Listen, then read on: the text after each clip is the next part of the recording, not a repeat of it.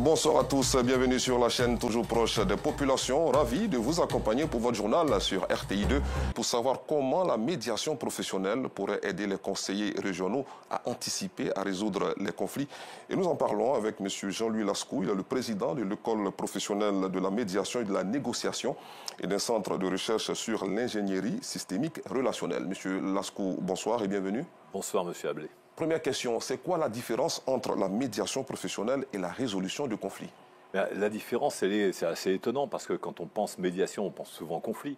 On voit par exemple des conflits, il y en a beaucoup. On en avait tout à l'heure dans le journal à propos de revendications salariales. On pense tout de suite conflit. Mais ce qui est vraiment essentiel, c'est justement la qualité des relations. Et donc la médiation professionnelle, ce qui a de caractéristique, c'est de faire promouvoir la qualité relationnelle en premier lieu, avant de se dire on va résoudre un conflit, parce que ça va se faire, la résolution du conflit. Mais si la qualité des relations est privilégiée, alors ça va être le cœur de la profession de médiateur. Nous sommes en pleine année électorale en Côte d'Ivoire. On a l'impression que vous n'intervenez que lorsqu'il y a des problèmes, des tensions, alors que vous pouvez le faire avant, c'est-à-dire anticiper pour éviter les conflits. Oui, d'ailleurs, c'est comme ça que je suis arrivé en Côte d'Ivoire aussi, en se disant, mais on peut faire de la prévention. Et là, cette fois-ci, j'arrive en Côte d'Ivoire avec l'invitation de l'UCORECI, qui est l'union des conseillers régionaux de Côte d'Ivoire, et qui ont le souci de se former à la médiation professionnelle pour pouvoir promouvoir justement la qualité des relations avant de se dire on va plonger dans les situations conflictuelles, quoi qu'il y en a beaucoup, et notamment sur le foncier, où là, il y a des grandes préoccupations et les conseillers régionaux veulent se former pour pouvoir développer la paix sociale, l'entente sociale et la qualité du dialogue social. Et cette formation avec les conseillers régionaux a démarré quand ? Alors, elle va démarrer parce qu'avec l'UCORECI, le PMN, l'école professionnelle de la médiation et de la négociation, qui est représentée à Abidjan, va mettre en place un programme de formation destiné à ses élus. Quelles sont les applications de la médiation professionnelle? Est-ce qu'elle intervient dans tous les domaines ou dans certains? Alors, c'est un grand défi.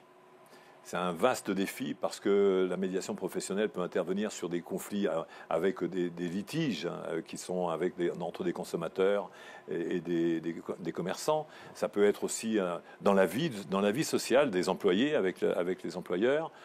Ça peut être dans le voisinage, où il y a des conflits, avec l'administration aussi, parce qu'on intervient dans différents types de situations. Et puis je le disais aussi, dans des situations aussi d'achat, par exemple, de terrain, où il y a des difficultés et beaucoup de difficultés dans ce domaine-là. Donc vous voyez, la médiation professionnelle, en fait, la qualité de la relation, elle est partout dans la société. C'est ça l'urgence sociale, l'urgence dans un pays, c'est de créer et d'entretenir de la qualité de la relation entre les personnes. Vous êtes l'auteur de plusieurs œuvres littéraires, dont la plus connue, on la connaît plus ou moins, le titre de l'œuvre la plus connue. Pratique de la médiation professionnelle. Et vous avez même écrit une bande dessinée avec un dessinateur ivoirien. Alors pourquoi? Est-ce à dire que vous visez une cible plus jeune? Oui, on vise, en fait, vous savez, c'est un peu comme le billard.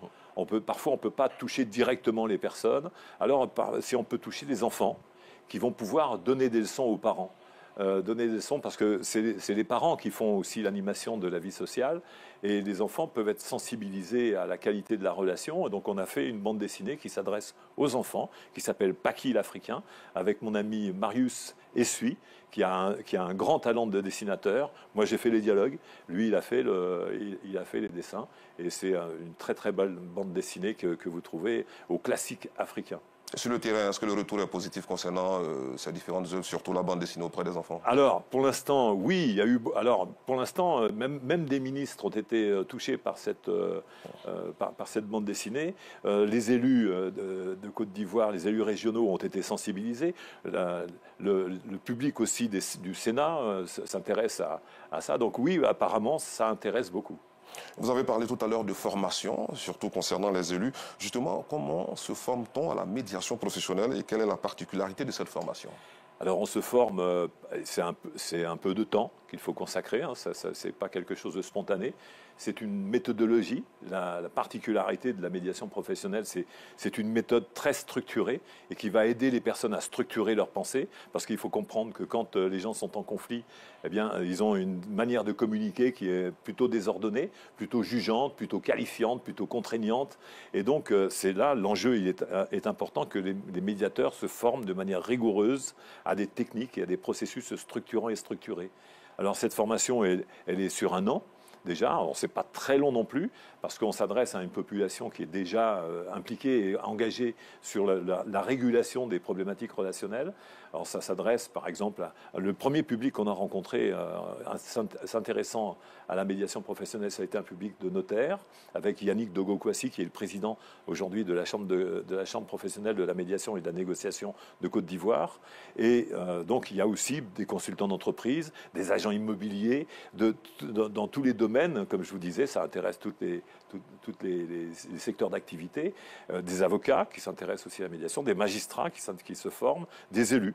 Donc c'est une formation qui dure, qui est organisée en sessions, et il y a une partie distancielle, une partie présentielle et un suivi permanent des médiateurs de façon à ce qu'il y ait une formation continue. Est-ce que vous avez eu à intervenir dans certains conflits sur le continent africain? Oui, laquelle? Oui. Quelques-uns?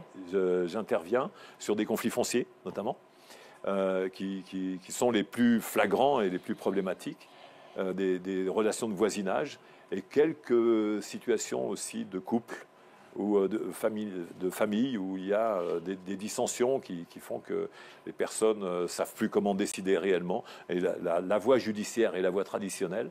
Et quand ils font le choix de la médiation, eh bien, ils réinscrivent de la qualité relationnelle entre eux. Et quels sont les problèmes les plus récurrents?